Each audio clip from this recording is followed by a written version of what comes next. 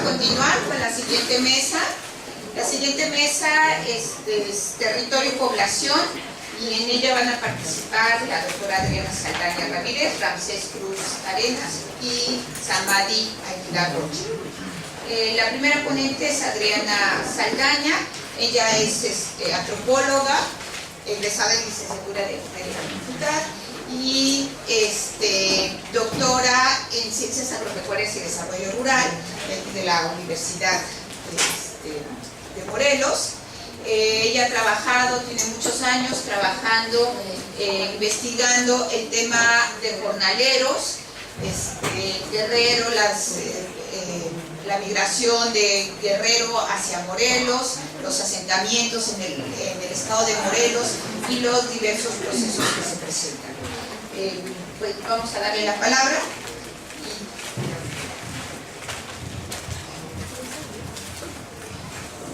Hola, buenas tardes.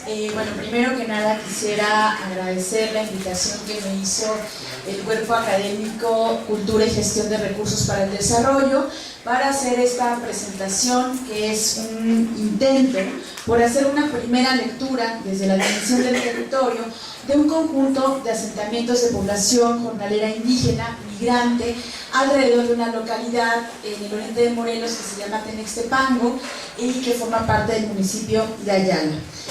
Yo me centro principalmente en el papel que estos asentamientos de población jornalera indígena, el papel que cumplen dentro de un territorio más amplio que han construido los jornaleros, que yo lo llamo un territorio migratorio o un territorio de migración, que incluye obviamente las localidades de origen en la montaña de Guerrero, Tenextepango y otras localidades en el oriente, el Valle del Mezquital en Hidalgo y el Valle de Culiacán en Sinaloa, donde se dirigen a trabajar.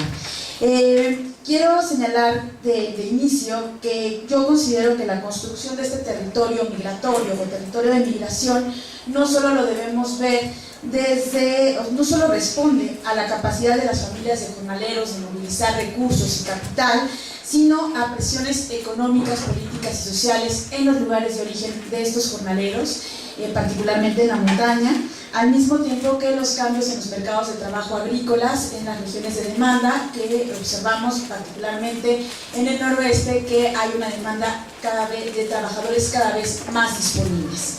Yo en este trabajo concibo al territorio como, citando a Sara Lara, como el producto de una apropiación espacial a partir de un conjunto de acciones puestas en marcha por un grupo con el objetivo de lograr su reproducción social. Mientras que la noción de territorio migratorio o territorio de migración la retomo de la geografía humana francesa, particularmente de un geógrafo que se llama Laurent Faré, y quien lo considera un campo relacional que va a vincular tanto los lugares de salida o los lugares de origen con los lugares donde se desplazan. En un contexto de movilidad multiforme, donde hay múltiples flujos de jornaleros en múltiples direcciones, en múltiples temporalidades, se construye entonces un espacio social continuado a pesar de las distancias geográficas. Se trata de un territorio con centralidades múltiples en una especie de malla, donde cada nodo se ha construido con distintos atributos. Estos nodos cuentan con una importante densidad relacional, pues son espacios de intercambios, encuentros, negociaciones y conflictos entre población diferenciada en los planos económico, social y cultural. No se refiere a una forma de apropiación del espacio que no es continua geográficamente hablando y que se superpone a algunas escalas tradicionales como la localidad o la región. Bueno, este es el lugar donde yo hago mi trabajo de campo, que es Tenextepango, que es una localidad en el ejido del mismo nombre, en el municipio de Ayala, muy cercano a la ciudad de Cuautla, que es la segunda ciudad más grande de Morelos, en la región oriente. Comerciantes mayoristas de la Ciudad de México llegaron hasta Tenextepango a mediados del siglo XX para apoyar con diversos créditos a pequeños productores para la introducción de hortalizas. Para las cosechas de estas hortalizas fue necesaria la contratación de jornaleros extrarregionales, ya que los locales resultaron insuficientes. Se trata de una región de pequeños productores, más o menos de 1 a 2 hectáreas de riego, no estamos hablando de empresas, y estos pequeños productores alentaron la llegada con diversas estrategias de familias que provenían de localidades de las regiones de la Mixteca oaxaqueña, la Mixteca poblana, pero particularmente la montaña de Guerrero. Llegaban generalmente en la temporada de cosechas, que es de noviembre a abril, y luego regresaban a sus comunidades de origen, donde desarrollaban diferentes actividades agropecuarias. Bueno, no está... Bueno, estas son las localidades de Oaxaca, de Puebla, de la Mixteca y la montaña de Guerrero. Bueno, es a partir de los 80 que un número importante de estas familias migrantes temporales comenzaron su asentamiento en lo que son las tierras de temporal del ejido de Tenextepango, que los pequeños productores fueron vendiendo, y se conformaron las primeras colonias. Para dar una idea de estos cambios, en 1990, el noveno censo de población y vivienda registraba a Tenextepango y a los dos primeros asentamientos, que es la Constancio Farfán y Buenavista, que están en la segunda y tercera línea. Solamente existían esos con 8.041 habitantes. En 2000, 10 años después, estos asentamientos se incrementaron de 2 a 9 y junto con Tenextepango sumaban 10.184 habitantes, y para el 2010, que es el año que corresponde a esta tabla, el número de asentamientos se mantuvo en 9, pero la población se incrementó a 11.982. Digamos, no es como pasa en el Valle de San Quintín o en el Valle de Culiacán, Sinaloa, que esto sería solo una localidad, pero para las localidades de recepción sí es muy importante. Bueno, a nivel de las colonias quisiera mencionar dos que son muy interesantes, que es la colonia Valle de Morelos, que en el 2000 aparece por primera vez registrada en el INEGI con un total de 59 personas.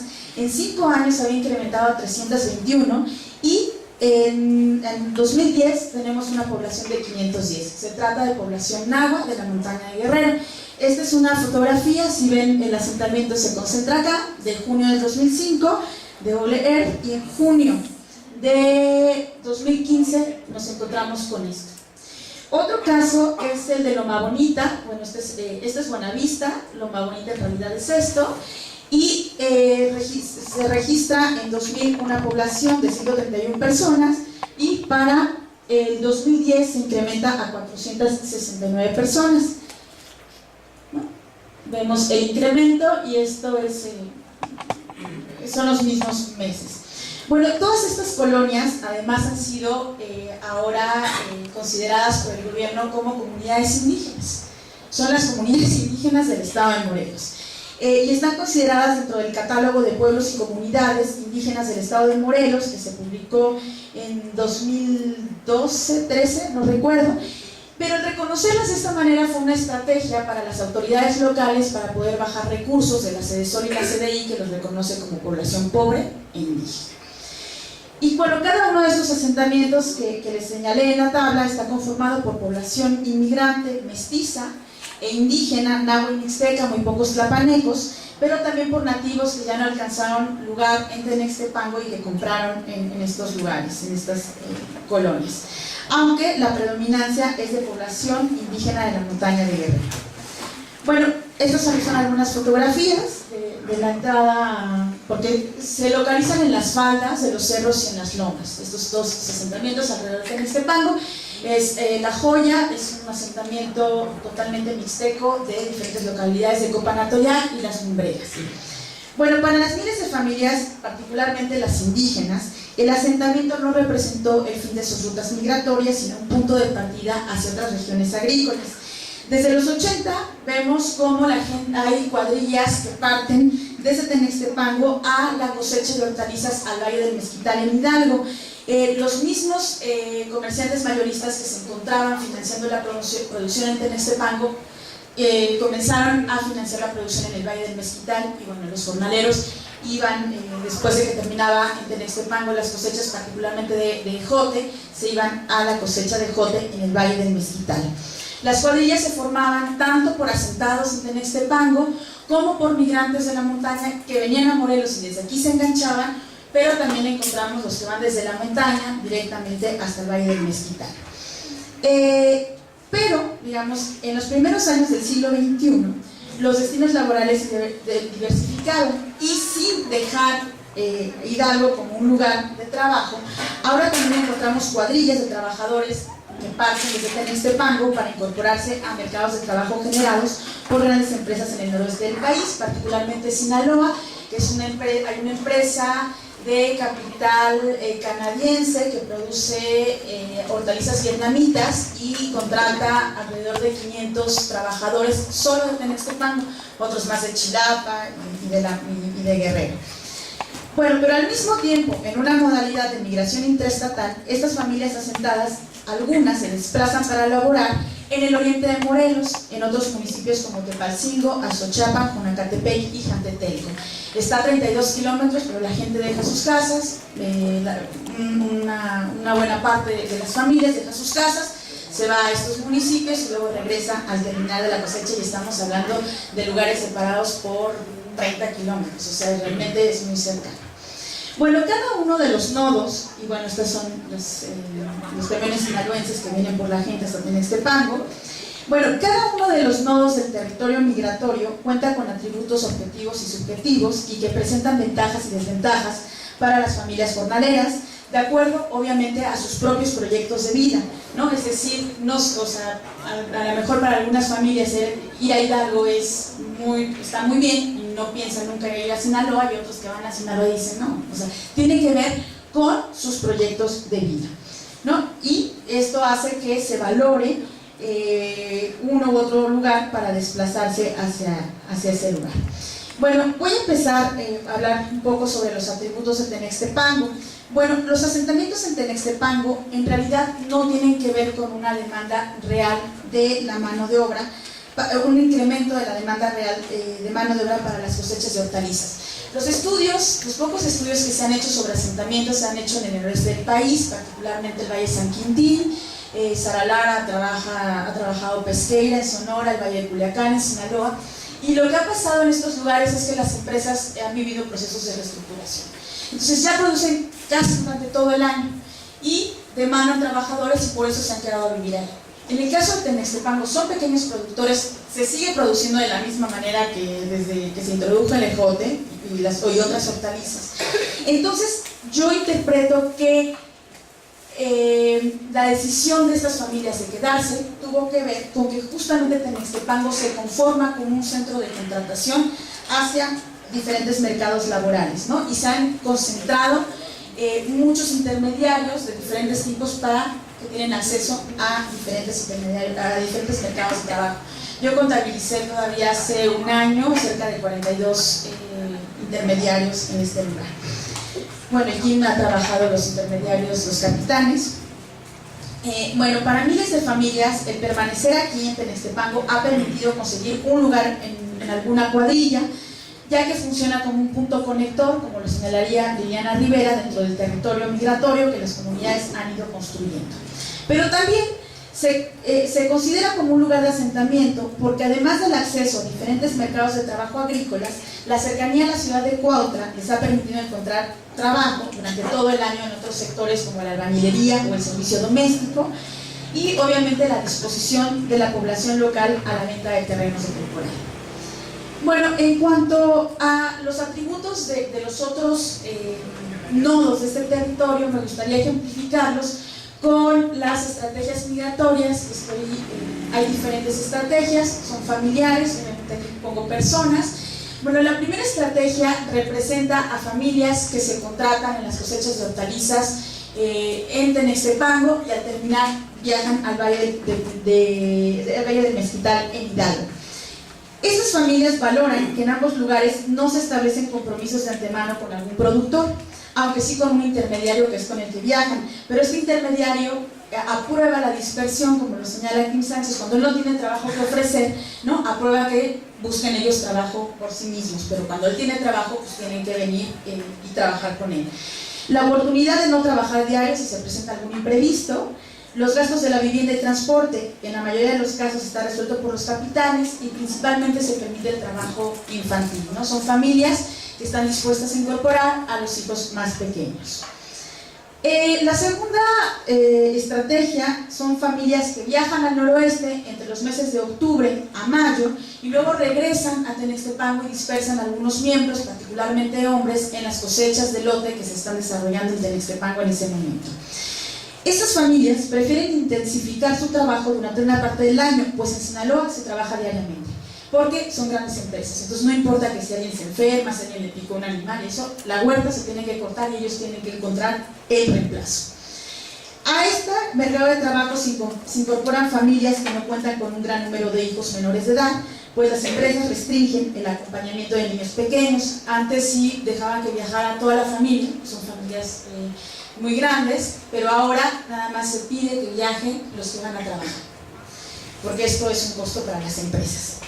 Otro aspecto tomado en cuenta es que laborar en Sinaloa permite un ahorro significativo, ya que la empresa da el transporte y la vivienda en campamentos agrícolas, y además la gente que viaja, de los jornaleros que viajan de Tenextepango a Sinaloa, reciben un apoyo de la Secretaría del Trabajo con un subprograma que tienen para jornaleros agrícolas que da un apoyo para migrar y trabajar con grandes empresas y luego de regreso a su lugar de origen. Así que laborar en el noroeste además permite que la gente se encuentre, ¿no? La gente que tiene familiares en la montaña de Guerrero y que se contratan para trabajar con la misma empresa, pues se encuentran en estos lugares. Bueno, el tercer la tercera estrategia es como la menos importante, pero se encuentran los que van a Sinaloa, regresan a Tenextepango y desde aquí van a distribuir a ciertos miembros hacia el Valle del Mezquital. Bueno, este territorio, que está conformado por múltiples nodos, están vinculados por densas redes de relaciones sociales, por los cuales circulan personas, mercancías, divisas, imágenes, prácticas e ideas, ¿no? Por ejemplo, un ejemplo de estas conexiones es la gente que viaja hacia Sinaloa y como no permite niños pequeños, viajan generalmente a la montaña de Guerrero y dejan ahí a los niños más pequeños en lo que van a trabajar, pero también encontramos a la inversa, gente que va directamente a la montaña, a Sinaloa, que tiene a un familiar de mucha confianza en Morelos, viene, deja a sus hijos y se va, ¿no? También circulan objetos como diversos tipos de objetos, aparatos electrónicos, ropa, y otros menos comunes como semillas, varetas de árboles frutales, entre otros, ¿no? De hecho, yo me encontré en la montaña de Guerrero un huerto en una casa con hortalizas vietnamitas de la empresa. Bueno, para terminar, lo que yo he tratado de mostrar es el papel de estos asentamientos en Tenextepango dentro de un territorio migratorio que ha sido construido por diversas comunidades de la región de la montaña de Guerrero que se incorporan a las cosechas de productos agrícolas. Este migratorio cuenta con diferentes nodos, con distintas cualidades para las familias jornaleras. Se despliegan una serie de complejas estrategias familiares que permiten captar a estas familias ventajas de todos estos lugares. Y en esto subyace un saber colectivo que se ha ido construyendo y que, de acuerdo a otro geógrafo francés, Alain Carrier, es el saber circular. En cuanto a Tenextepango, para los asentados, podemos decir que cumple una función de espacio de retaguardia, como Tim Sánchez le llama a este tipo de lugares, o como Delphine Prunier le llamaría que sería un espacio de repliegue, a donde se regresa cuando no hay trabajo en algún otro nodo del territorio migratorio. Ahí han tenido acceso a lugares para vivir, se pueden enganchar a diferentes mercados de trabajo agrícolas y no agrícolas, se gestionan programas de gobierno, incluso han tenido la oportunidad estos jornaleros de participar como productores de hortalizas. No les ha ido muy bien, pero lo han hecho. Pero, digamos, como lo señala Prunier, es un espacio de repliegue, plataforma, seguridad social y económica. Aunque también Tenextepango tiene una doble naturaleza, porque se ha construido como un punto de pivote, punto conector o centro de distribuidor de flujos de jornaleros hacia otras regiones agrícolas. Este proceso de territorialización ha sido resultado de la acción de los jornaleros, pero también hay que tomar en cuenta el quehacer de las instituciones como la CDSOL y la CDI, la FAO, que tienen ahí todos los proyectos habidos y por haber, como pie de casa, la construcción de cisternas, huertos y demás, pero también de la Secretaría de Trabajo y Previsión Social, que da los apoyos para migrar hacia otras regiones agrícolas, particularmente del noroeste.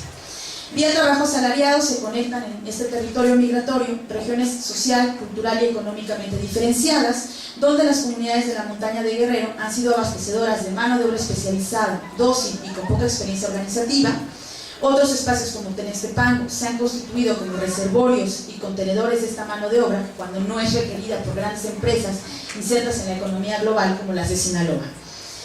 Insisto en la idea de que la construcción del territorio migratorio no solo se debe considerar que ha sido resultado de esta capacidad de las familias de jornaleros agrícolas en la movilización de recursos por estas densas redes de relaciones sociales que han permitido procesos de asentamiento y novedosos procesos de movilidad, sino también tiene que ver con las políticas puestas en marcha por el Estado, ¿no? Actuales políticas neoliberales que ha derivado en una polarización del campo, donde por un lado encontramos zonas agrícolas muy dinámicas como las de Sinaloa, las de Sonora, en el caso de Morelos, Hidalgo, pero también otras regiones campesinas sumidas en la pobreza, como es el caso de la montaña de Guerrero.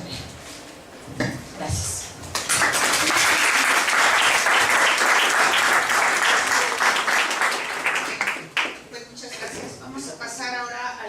De Ramsés Cruz Arenas. El doctor Ramsés Cruz Arenas es egresado del doctorado en desarrollo rural de la UAM Xochimilco, tiene estudios de historia y de desarrollo regional, actualmente es postdoctorante en la Universidad Autónoma de Chapingo, coordinó el libro México Bárbaro y fue un pilar en la organización de Alargo, muy importante, ¿no? Y bueno, pues ahora de aquí de invitarlo.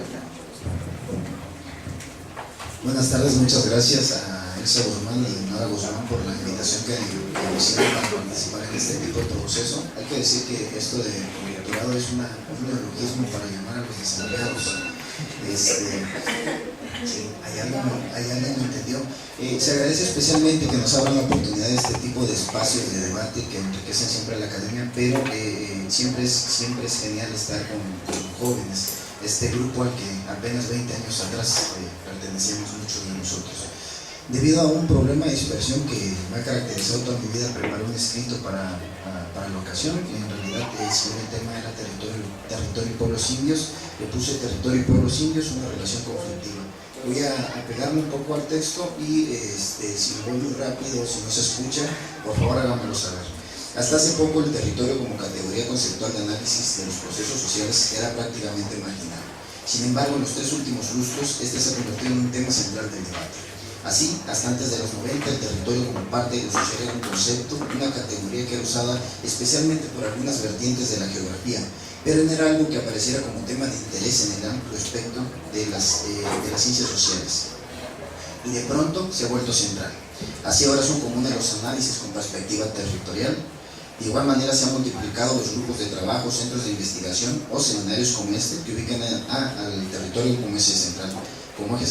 Vaya, incluso actualmente hay instituciones del Estado que crean programas territoriales. Quizás debido a esa centralidad es que la categoría conceptual se ha vuelto valiosa, pero no es por ser un tema en boga o una moda. Mi opinión obedece fundamentalmente a 2 cosas. Por un lado, que el concepto rebasó las fronteras naturales de la geografía para irradiarse a las ciencias sociales en su conjunto. Así las cosas, si bien actualmente la super especialización es una de las virtudes más apreciadas que se encuentran en quienes nos hemos formado en la vida académica, es decir, ahora cada vez se premia más ser un especialista en lo más concreto posible.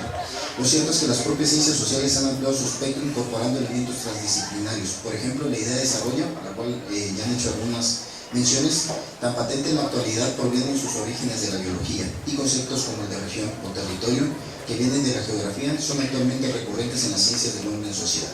El otro elemento que explica la impronta del concepto, en mi opinión, y que aplica especialmente para México, es que su referencia se ha hecho necesaria por estar íntimamente ligada a los movimientos sociales de fin de siglo y arranque de milenio.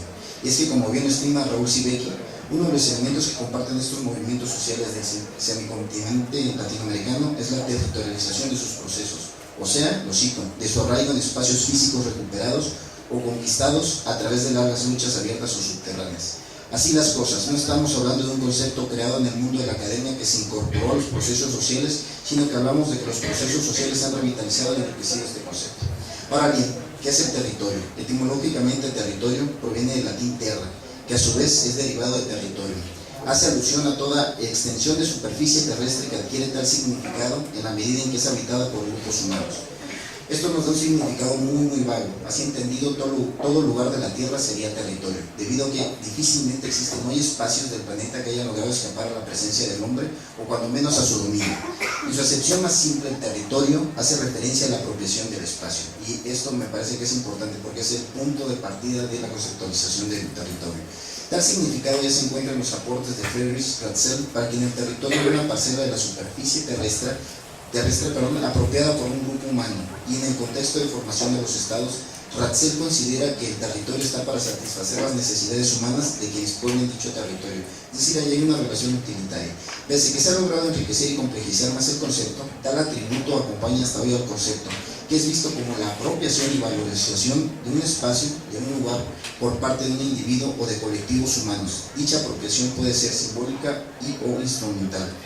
Así visto, el espacio es la base sobre la cual se construye el territorio, por lo que tendría una posición de anterioridad con respecto a este último.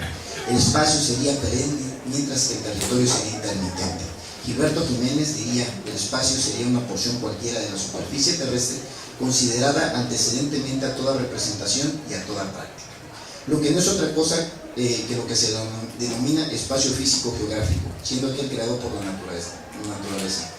Milton Santos, complejizando el concepto, dirá que es aquel espacio que se encuentra, lo cito, formado por un conjunto indisociable, solidario y también contradictorio de sistemas de objetos y sistemas de acciones no considerados aisladamente, pero como el cuadro único en la cual la historia pasa.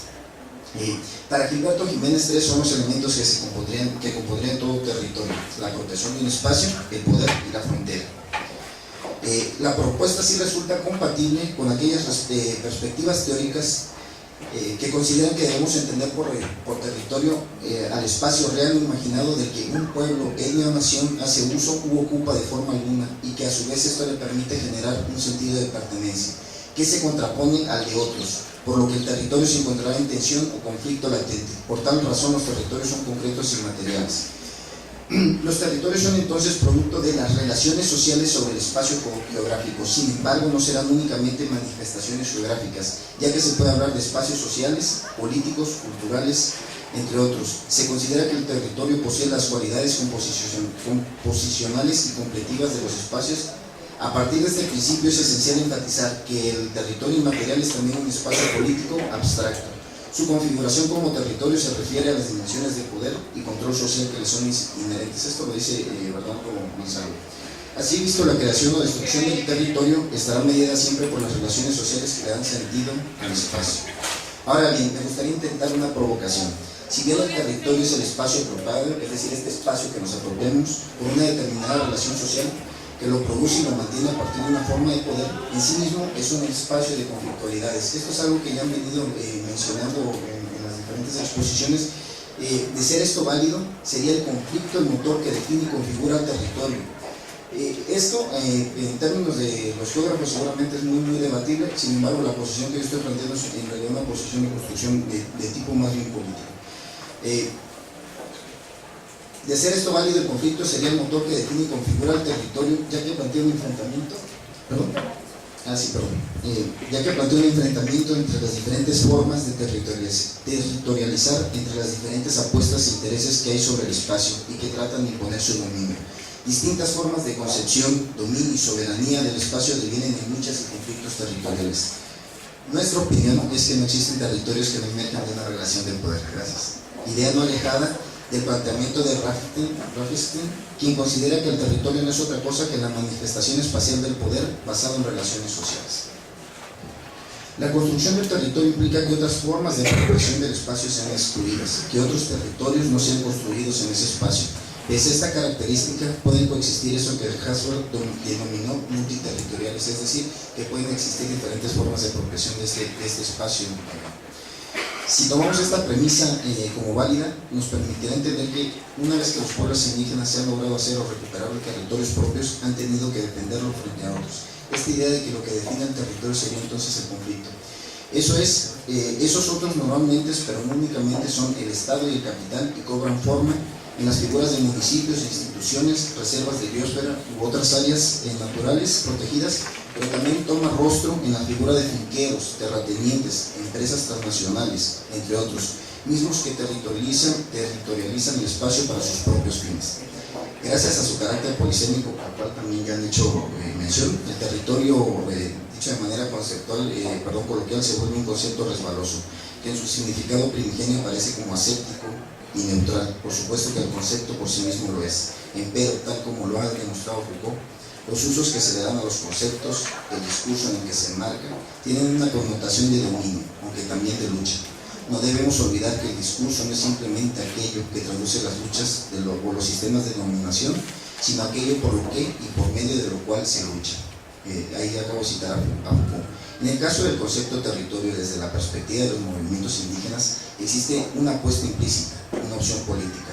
Tal como hemos mencionado, consideramos que los territorios indígenas son definidos por el conflicto. Entonces, si hoy los pueblos tienen posesión de algunas partes del territorio nacional, solo ha sido porque han tenido que perderlo, reapropiarlo, defenderlo y mantenerlo. Los territorios indígenas son hoy por hoy las regiones de refugio que desean el gran capital, pues su importancia es vital. Ahora tengo una serie de datos sobre las posesiones del territorio. Basta decir que más o menos el 60% de las reservas de biota del país están en manos de la propiedad social, de la cual los territorios indígenas son fundamentales. Sin duda, este tipo de datos, por ejemplo, Carlos Rodríguez los maneja de manera muy amplia. Sería un poco regresar a eso. Más bien, me gustaría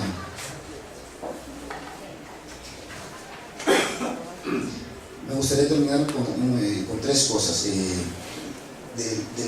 Más allá de la importancia estratégica que tienen para el país los territorios indígenas, importa considerar lo que es para ellos mismos. Gracias al complejo devenir histórico y la relación que guardan con el entorno, para muchos indígenas el territorio es el lugar de donde se viene. Ahí se nace, en el territorio es en donde se ha crecido, se han desarrollado, en donde se trabaja y se forma una familia, una comunidad, un pueblo o una nación. Es pues el lugar en donde se vive y muere. En él se es esclavo o hombre libre, en donde se es explotado o se resiste. El territorio entendido como los elementos es fundamental. Caza, pesca, recolección y cultivo solo son posibles por estos. El territorio permite la milpa y el cafetal, tener gallinas, pollos, guajolotes, puercos y cuando se puede vacas. Es la comunidad del espacio por excelencia de los pueblos indígenas y su territorio, en este sentido, es el mismo que marca la propia comunidad. Sin embargo, no es el único ni se puede reducir la vida de los pueblos al marco de la comunidad, tal como lo supone la contrarreforma indígena del 2001. Aquí ahora los municipios y regiones, los pueblos y las ciudades también son los territorios indígenas que se están constantemente disputando. Es además la representación de los lazos que unen con los ancestros, la herencia de la vida misma, entre generaciones. Es la expresión real y mística de cómo se organiza el mundo del trabajo, del goce, de la tradición y de la cultura. Debemos recordar que, tal como lo dice un psicólogo que es Carl Jung, el hombre es un animal simbólico y por ello no se relaciona entre sí y con la naturaleza de manera directa. Sus relaciones siempre son mediadas. Por ello el territorio es un factor de importancia vital, pues a la vez que ha permitido que se conserven rasgos únicos como la vida en comunidad o la lengua, también es el lugar de los ancestros, la historia y el futuro. Dicho de otra manera, en el territorio, sea real o simbólico, se identifica que existen los elementos que permiten la vida de los pueblos. No sé cómo ando de tiempo, porque en realidad sí preparé algo muy amplio. Más bien me gustaría, creo que si hablamos del territorio indígena no hablamos solo de la porción de la tierra, la milpa o el cafetal, ni siquiera solo de los bosques o selvas, ríos y montañas. El territorio se convierte en una extraña simbiosis entre saberes, cultura y tierra. Es decir, hablamos de un todo que es el territorio. El territorio es como lo resume la comandante Kelly del EZLN en el marco de la otra campaña. Para los pueblos indígenas, campesinos y rurales, la tierra y el territorio son más que solo fuentes de trabajo y alimentos. Son también cultura, comunidad, historia, ancestros, sueños, futuro, vida y madre. Ahí la centralidad del territorio para los pueblos indios es nada más, pero creo que nada menos. Ahora termino con dos cosas. La primera es una metáfora. El historiador Antonio García de Luna, uno de los, para mi gusto, de los mejores historiadores que hay en México, hizo un trabajo excepcional sobre Chiapas que se llama Resistencia y Utopía, para no hacer el nombre corto. Documenta que en un pueblo que se llamaba Zapaluta, en la actual Trinitaria, en la entrada del panteón había una frase que decía: en este lugar habitan los muertos que viven en Zapaluta.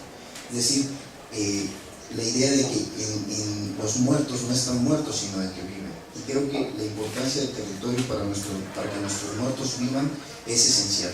En la medida en que estas disputas o este sentido de disputa y pertenencia a los territorios nos permita recuperarlos, o le permita a los pueblos indios en todo caso recuperar, nos permitirá que incluso nuestros muertos estén a salvo. Y esta es una idea muy, muy bonita que lo planteó de otra forma un filósofo cercano a la escuela de Frankfurt, como es Walter Benjamin. Walter Benjamin decía: y los muertos estarán a salvo si el enemigo vence. Y entonces, en la medida en que estos territorios se van perdiendo, nuestros muertos estarán a salvo. Finalizo también con otra cosa. Creo que al ser un espacio público, es por definición un espacio político. Si bien las luchas territoriales son muy fundamentales en la actualidad, hace casi un año que desaparecieron a 43 normalistas de la normal Isidro Burgos de Ayotzinapa. Y hay que apoyar a las madres, padres, como le dicen los auxilios o centrales en Chiapas, y los compañeros normalistas, para que el Estado, o narcoestado, que fue quien los desapareció, los regrese con vida. Porque vivos se los llevaron, vivos los queremos. Muchas gracias.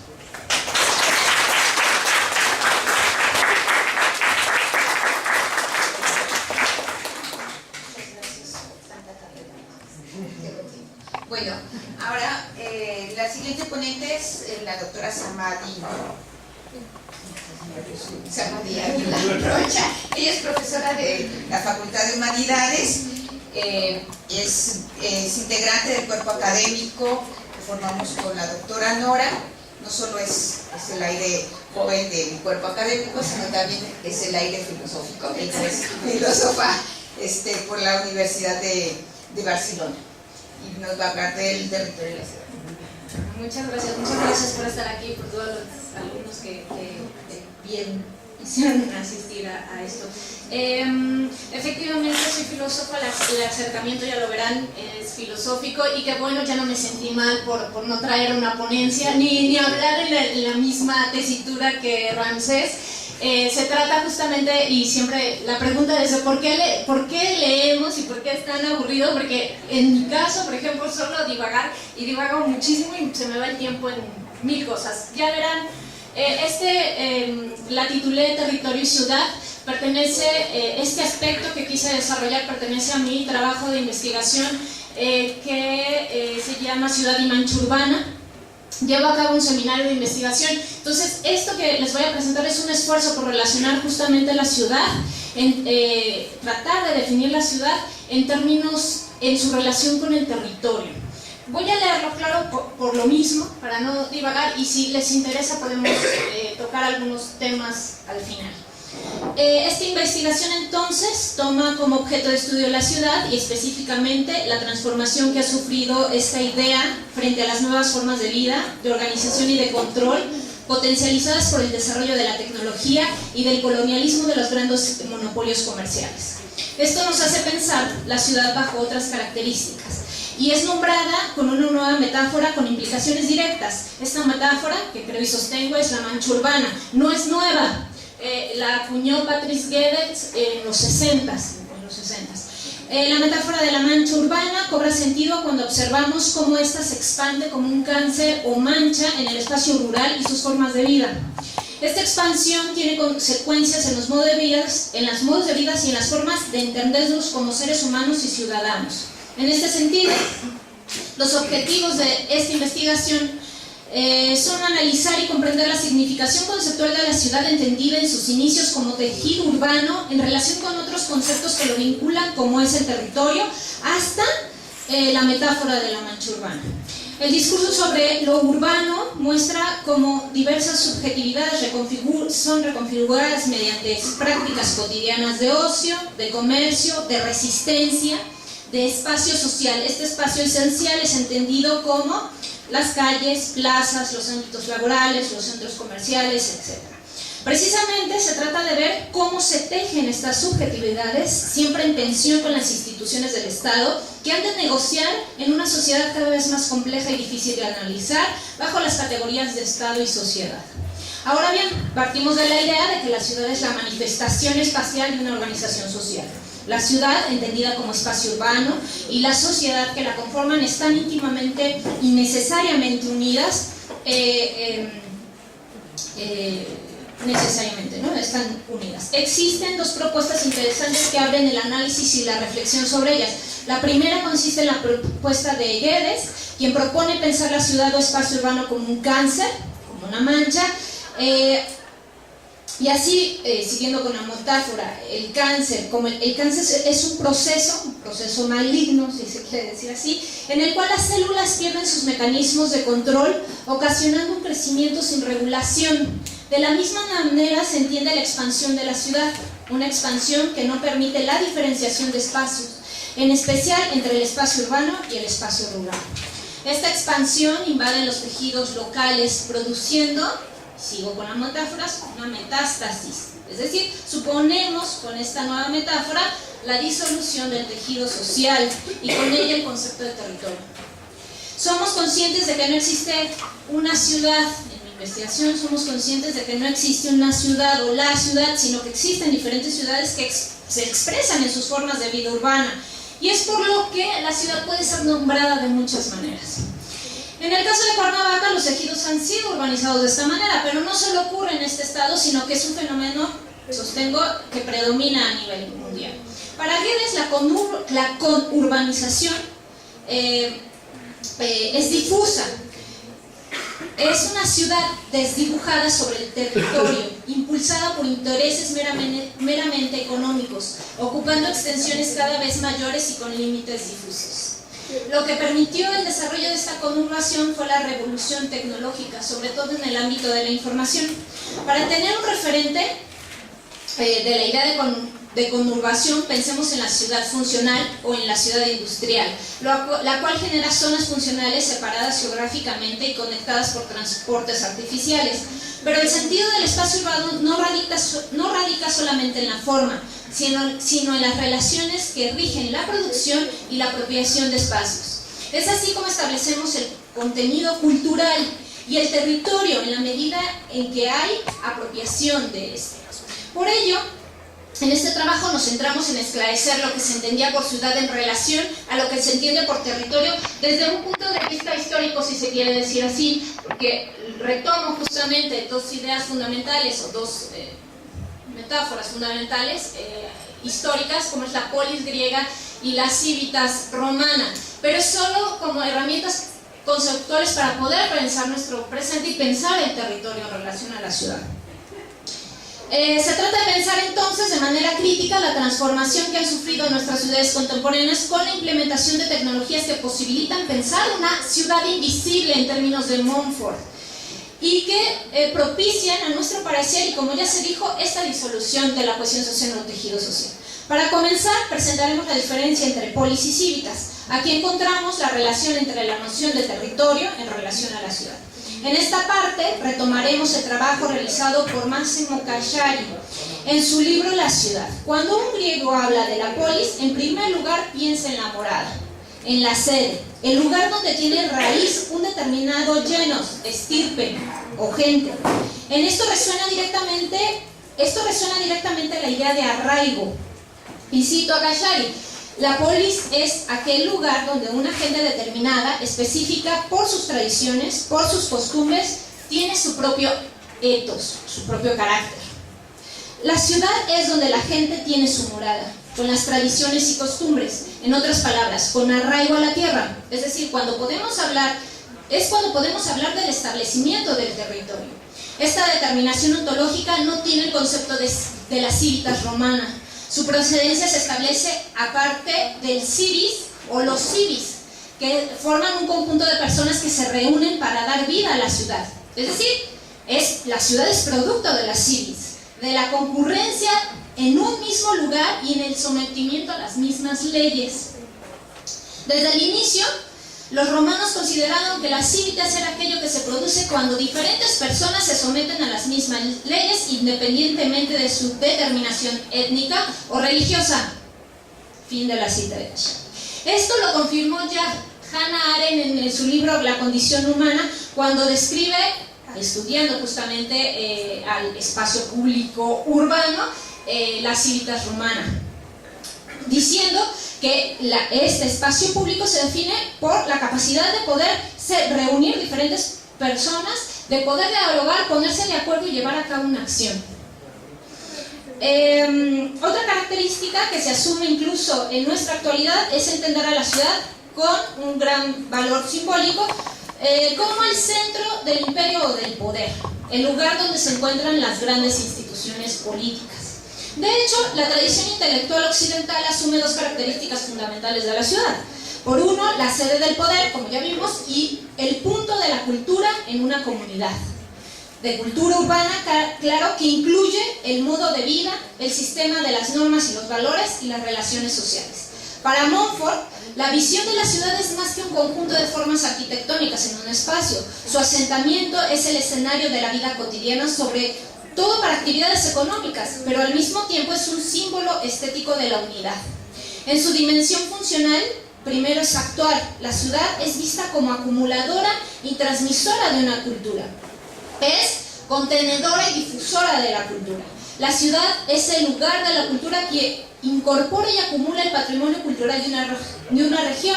Aunque esta afirmación es cuestionable, sí que se presenta como el lugar donde se centraliza el patrimonio cultural.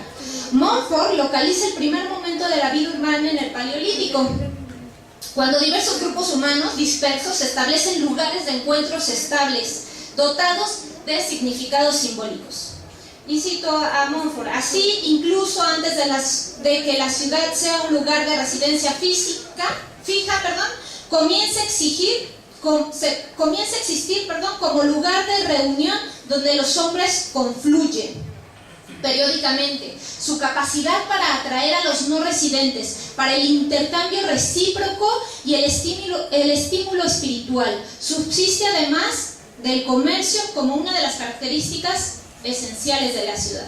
El primer germen de la ciudad consiste así pues en el lugar ritual de reunión del peregrinaje. Se trata de un punto al que los grupos familiares o los clanes retornan a intervalos estacionales porque concentran, además de sus eventuales prerrogativas naturales, ciertos poderes espirituales o sobrenaturales que trascienden tanto por su potencia como por su mayor duración y por su significado cósmico, los procesos habituales de la existencia cotidiana. Fin de la cita de Montfort. De esta forma, Montfort establece como principal factor causal del origen de la ciudad el factor ritual y simbólico, asociado a los centros de peregrinación sin ignorar el intercambio.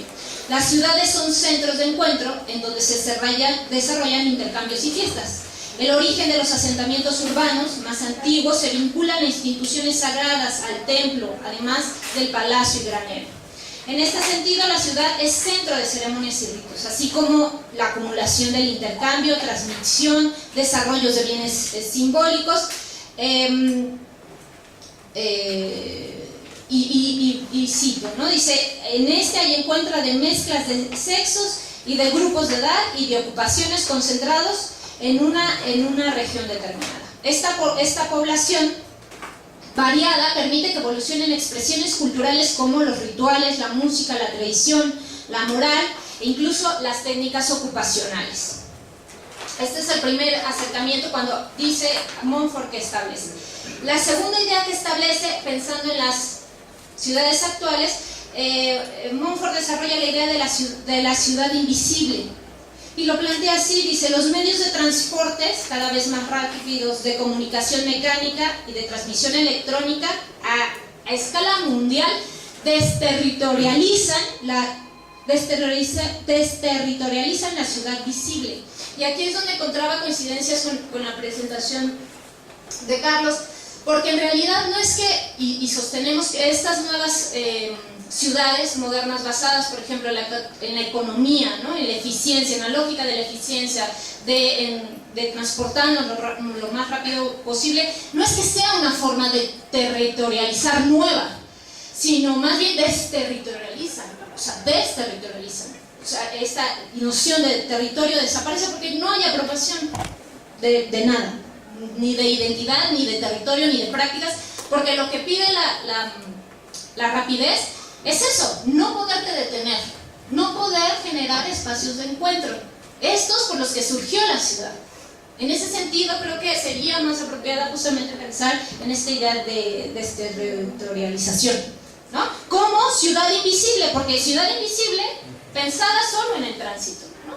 Por los medios ocupacionales. Una ciudad ideal posibilitada por las comunicaciones, actuando como centro de difusión de la cultura y el lugar de incremento de las informaciones. Una especie de ubicua ciudad mundial, ¿no? Basada ¿qué? En la electricidad como prerequisito para la consecución de una futura ágora o de una técnica interactiva y descentralizada, antítesis del centralismo que acabamos de plantear cuando se planteó la ciudad.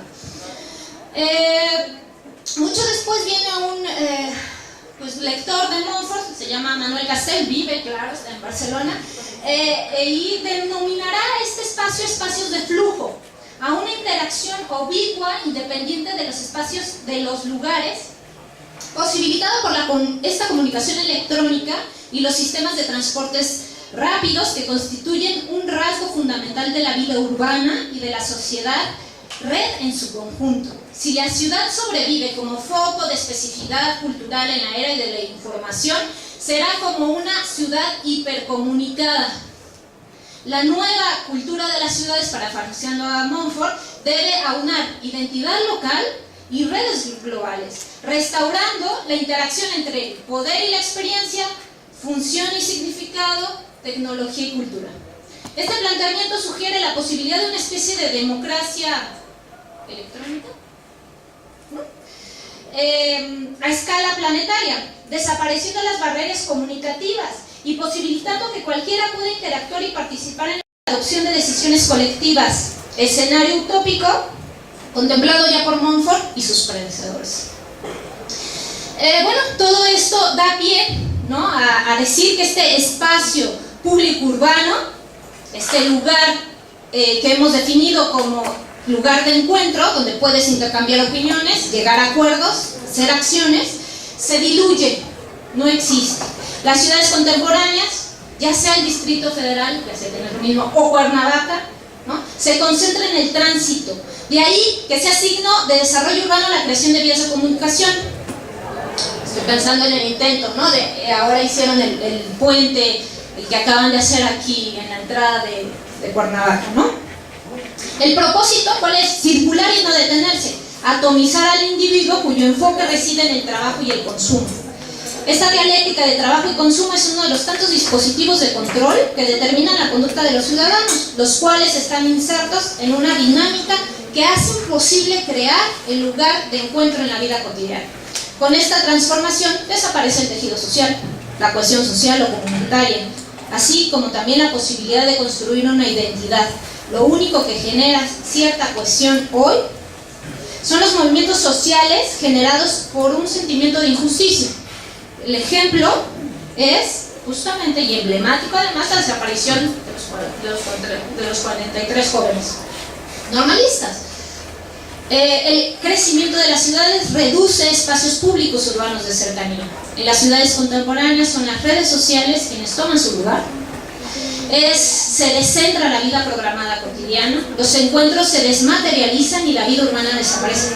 En las ciudades latinoamericanas, el mercado, la plaza pública o el zócalo representan un lugar de encuentro y sociabilidad, pero en la actualidad estos se convierten en lugares de paso, turismo, que no acercan a los ciudadanos a vivirlos, sino a visitarlos.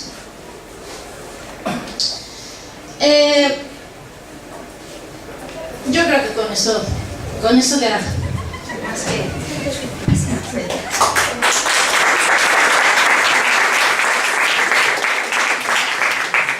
Gracias, Tamadi.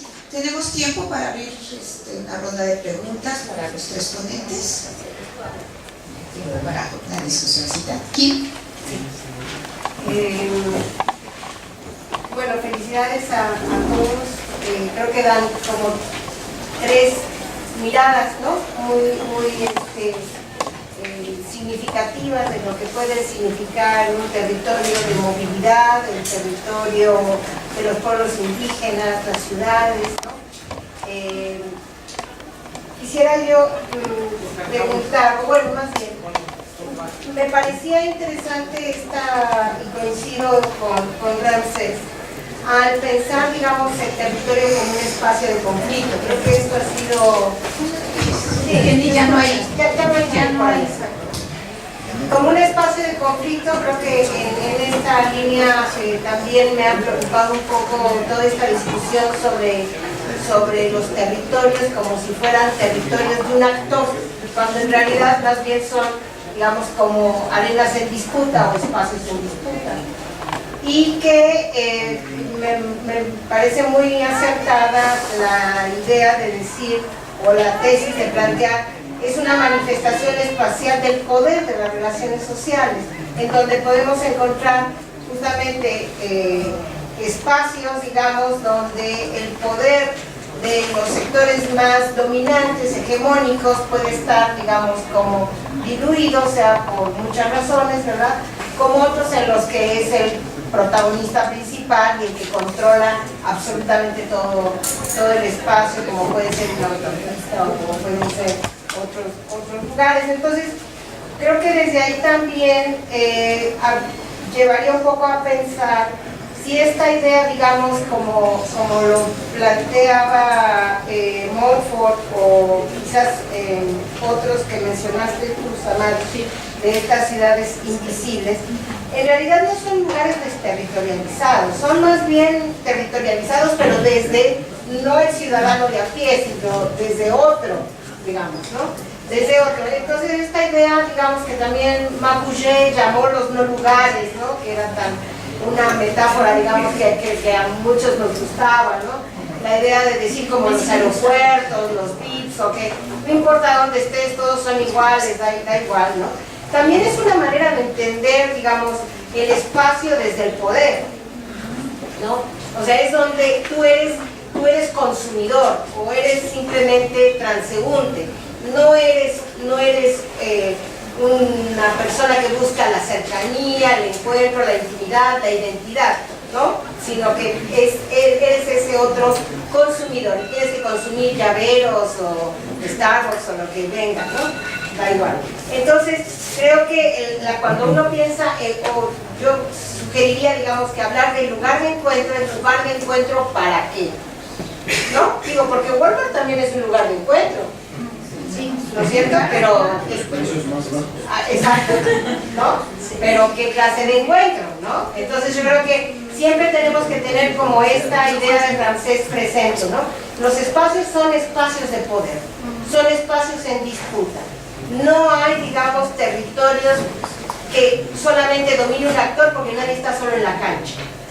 El problema es quién tiene el sartén por el mango. ¿Algún otro comentario, pregunta? Sí, Daniel. Esta va dirigida a Samari, pero yo creo que podría ser también dirigida a los tres que están en la mesa. Un poco criticando la posición de Montfort sobre la ciudad como unidad. Si nos vamos a la literatura, encontramos a dos autores que hablan de la ciudad como novela. En un caso encontramos la novela de Rayuela con Julio Cortázar, en donde la ciudad no es una unidad, sino es una multidimensionalidad de realidades, ¿no? Mientras nosotros estamos aquí, en la parte de arriba sucede otro evento, afuera está sucediendo otra cosa, en la colonia de juntos está sucediendo otra cosa, en fin, ¿no? Entonces, la ciudad como multidimensionalidad, ¿cuál sería la opinión de ustedes en cuanto a esto? No es lo mismo, por ejemplo, hablar de la ciudad de Cuernavaca. Cuando hablamos de la ciudad de Cuernavaca estamos hablando de una entelequia, ¿no? No es lo mismo hablar de la ciudad de Cuernavaca mientras estamos en las cavernas de la Lagunilla, estamos paseando por Río Mayo en Vistahermosa, ¿no? Entonces, hay una diferenciación dentro de las propias ciudades, ¿no? El otro ejemplo desde la literatura es George Perec, ¿no? El autor que manejaba lo infracotidiano. ¿Qué hacía Perec?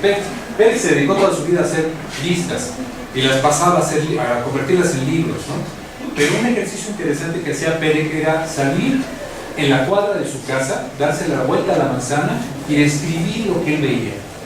Y lo describía durante varios momentos en el año. Entonces iba viendo cómo había un cambio en la manzana en donde vivía, ¿no? Es decir, el otro elemento que entra dentro de la ciudad, el dinamismo, el cambio, no estar, ¿no? Y esto podríamos traducirlo también a los aspectos territoriales, ¿no?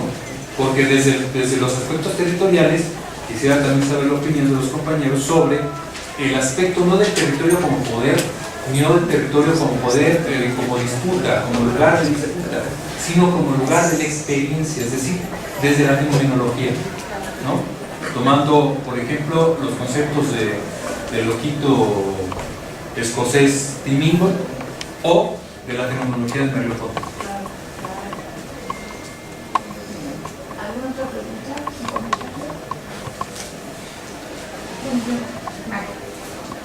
Me animo a hacer este comentario, pero aclaro que ni es mi especialidad, ni es mi tema, pero después de escucharlos a los tres me dejan esta sensación como de desconsuelo, ¿no? Como si acercarse al estudio de la ciudad de esta manera, particularmente Samadhi y Ramsés, no dejar espacio al afecto y a la actividad por tu ciudad, a reconocer y construir tus propios espacios de reunión, a vivir incluso espacios que nadie dice que uno tenga que vivir, ¿no? Si llegas, los descubres y los conviertes en espacios de afecto. Creo que no hay que dejar de lado ni ser tan categóricos al definir espacios invisibles. Bueno, insisto, no es mi tema, ¿no? Me siento caminando en aguas pantanosas, en planchas venagosas.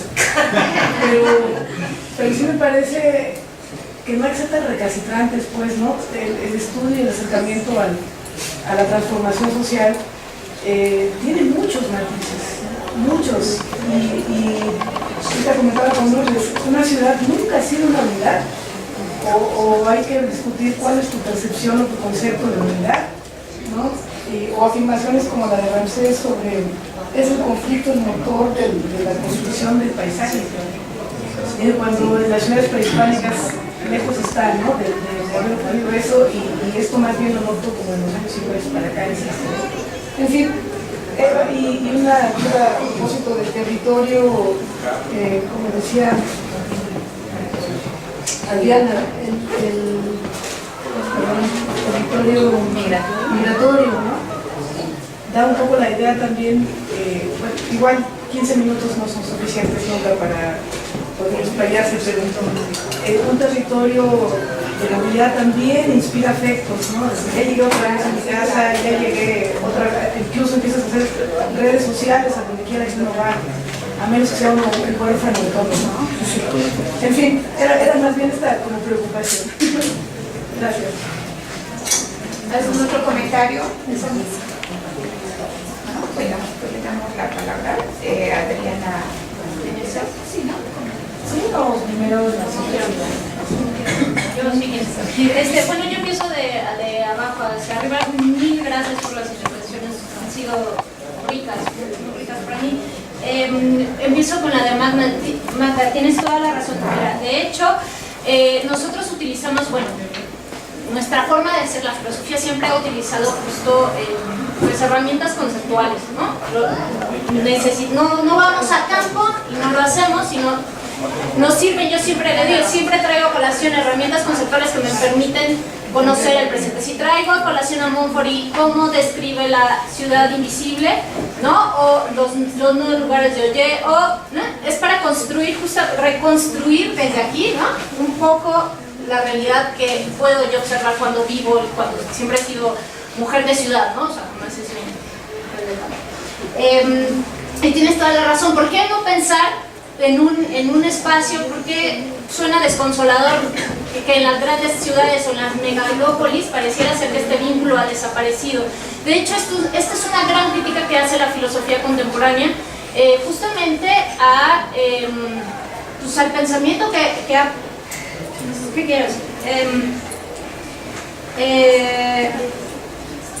Que lo que se critica justamente es el pensamiento tecnocientífico, ¿no? Estas lógicas del capital, estas lógicas de la técnica, de cómo vemos el mundo tecnocientíficamente, que nos permite pensar el recurso natural como una mercancía intercambiable, ¿no? Esto tiene sus orígenes desde la época moderna hasta nuestros tiempos, ¿no? Incluso con la implementación de las disciplinas o de las universidades.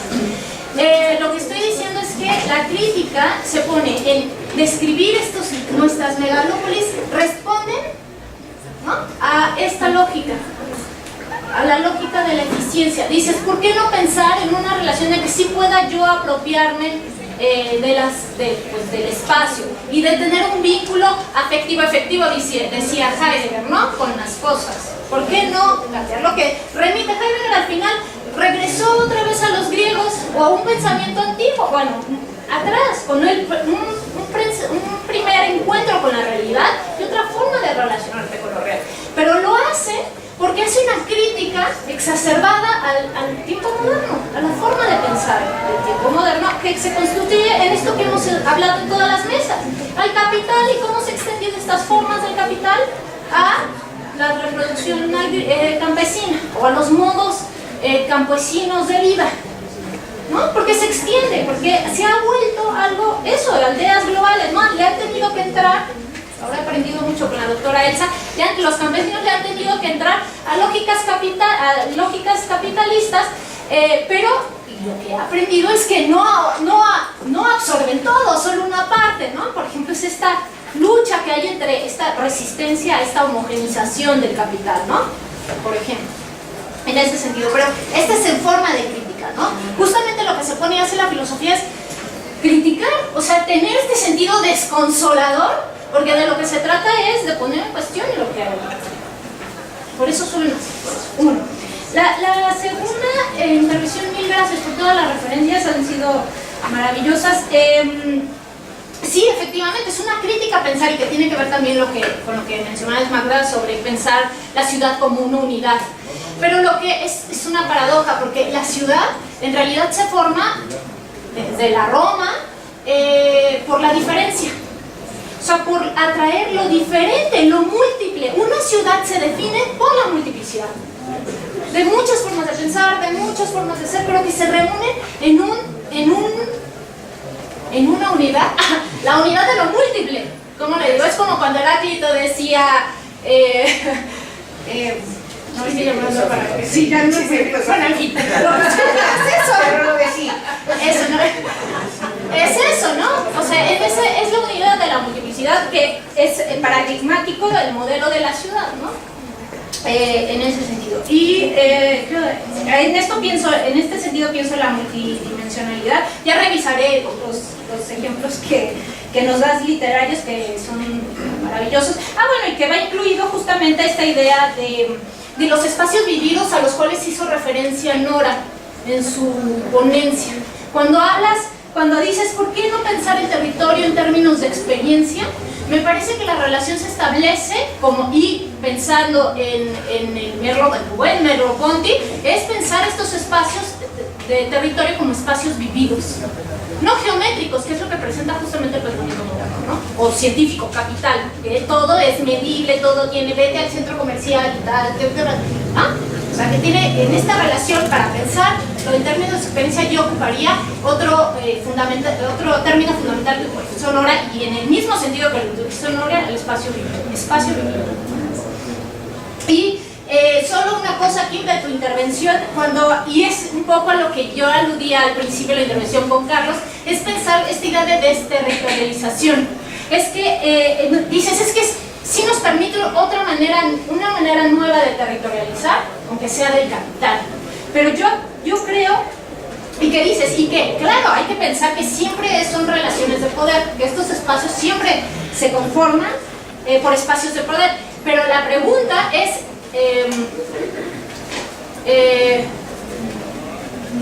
¿a qué responde ese poder?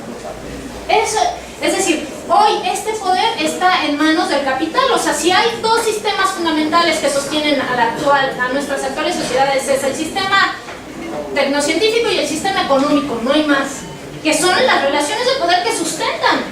Y es lo que se pone en crítica, es lo que justo se pone en cuestión. Y ahora la pregunta es si estos espacios permiten apropiación, científicos, geométricos, otra vez, si permiten espacios vividos. Yo creo que no. Yo creo que no nos permite. Porque hay un olvido de la particularidad. En ese sentido, ¿me explico? Sí, a la realidad. Bueno, pero eso era el punto, ¿no? Creo que más o menos. Yo sí sostengo la idea de desterritorialización porque creo que desaparece la idea de... Ya.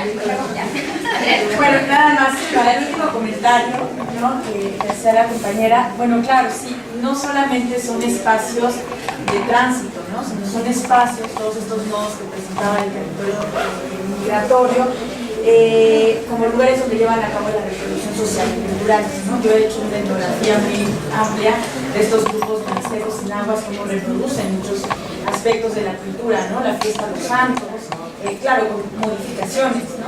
Porque ahora ya no solamente están en el pueblo solo mixtecos, sino que en la colonia están mestizos, locales, están mixtecos, nahuas de primera, segunda, tercera generación, ¿no? Entonces, pero sí hay una reproducción importante de su cultura, ¿no? Vemos la fiesta de los muertos, la fiesta a los, ¿no? No son espacios vacíos. Y además también, bueno, aquí no pude mostrar que son espacios complejos estos nodos de relaciones interétnicas, ¿no? No solamente están en el caso de Tenextepango, los locales y los migrantes, ¿no? Y luego los indígenas, los nahuas y los mixtecos, ¿no? Los que son migrantes apenas hace 5 años y los que son de hace 20 años, ¿no? Sino que eso es mucho más complejo. Pero si no, yo los veo como espacios que se han apropiado, ¿no? O sea, llegan a la empresa agrícola en Sinaloa, ¿no? Y echan los pápalos, echan una milpita, ¿no? O sea, no... Lo acabamos de ver en un albergue de jornaleros donde están, ¿no? Una milpa muy chiquita. No es tan desconsolable, pero no me dio tiempo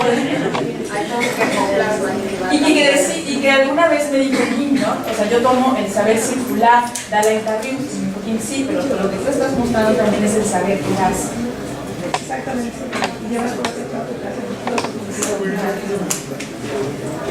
Sí, muchas gracias por los comentarios. Tal como le dije en la parte de la exposición, la idea que plantearon en realidad una provocación, qué bueno que ha resultado en ese sentido. Yo no sé si sea totalizadora como se plantea o si es añeja por parecer de los 50. Lo que yo decía es el territorio es el espacio apropiado con una determinada relación social que lo produce y lo mantiene a partir de una forma de poder. Es en sí mismo un espacio de conflictualidades. De ser esto válido, o sea, esta premisa válida, sería el conflicto el motor que define y configura el territorio.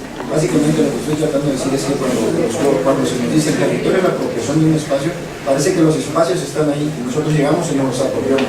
Parece que no hay, cuando yo estoy diciendo que esta categoría es especialmente válida para los pueblos indios, es porque los pueblos indios estaban aquí antes de que se convirtieran en una colonia.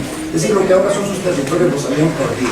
No es que estén agarrando una porción del espacio y se lo estén apropiando, están tratando de recuperar. No sé si era su territorio antes de eso, pero hay una cuestión histórica que me parece se pierde cuando solamente decimos el territorio es la protección del espacio. Claro, esta es la característica más esencial, también es necesario el concepto a una cuestión específica. Incluso habría que lo plantearía en términos marxistas. En realidad territorios donde se da la espacialización de la lucha de clases, o una clase no se desarrolla en el territorio de otra clase. Es decir, el territorio también da para este tipo de interpretaciones. Puede que no nos guste, puede que nos parezca que incluso el marxismo en ese sentido ya no nos aporta, que quizás la lucha de clases fue de todo rebasada. A mí me parece que es sumamente pertinente cuando se habla no solamente de los pueblos indios, sino también, para mi gusto, de los territorios campesinos. Si bien me gusta esta idea como del territorio como una arena de disputa, al final de cuentas creo que le quita la carga histórica a los pueblos indios. Es decir, cuando volvemos nuevamente a una arena de disputa parece que emerge de la nada, y esto es un proceso histórico en el cual ha pasado de la posesión pérdida a la reposición de los territorios que actualmente tienen. Me gustó mucho esta idea de territorio como experiencia. Fíjense que platicando con gente que vive como en los márgenes de la urbe, que son propiamente de la urbe, pero que también tienen cuestiones del campo, tienen como una relación de amor-odio con la ciudad. Sí, la ciudad nos está quitando los territorios, pero ahí vamos y vendemos nuestros productos, o ahí se nos da un tipo de trabajo. Entonces es muy complicado como agarrar y decir cuál es el tipo de experiencia. En ese sentido yo creo que más bien la relación social, bueno, es por definición compleja. Además, esta idea de entender el territorio como experiencia, cuando mencionan la ciudad como algo visto con afecto, incluso las cárceles, incluso los espacios como las galeras donde duermen los jornaleros, incluso espacios como la finca, son vistos después con un cierto apego, con un cierto afecto. No es tan sencillo generar, o sea, incluso de la cárcel, me explico, aún en la propia cárcel, que es por definición un sistema que te arraiga, cuando hay experiencias que se le ve con cierto afecto. No sé si eso sea hablar de los territorios como experiencia, solamente tratar de poner la cuestión en esto, y es bastante complejo intentar dar como términos absolutos en esto. Sin embargo, yo sí me apego a mi categoría conceptual. Sí puede parecer que intenta ser totalizante. Bueno, pues creo que de eso se trata, porque si no también nos vamos a la hiperparcialización del conocimiento. Es decir, esto vale, esta idea de territorio vale para dos compañeros que están metidos en... Entonces no llegamos muy lejos. No estoy diciendo que esto no llega. Bueno, pues muchas gracias. Pues cerramos.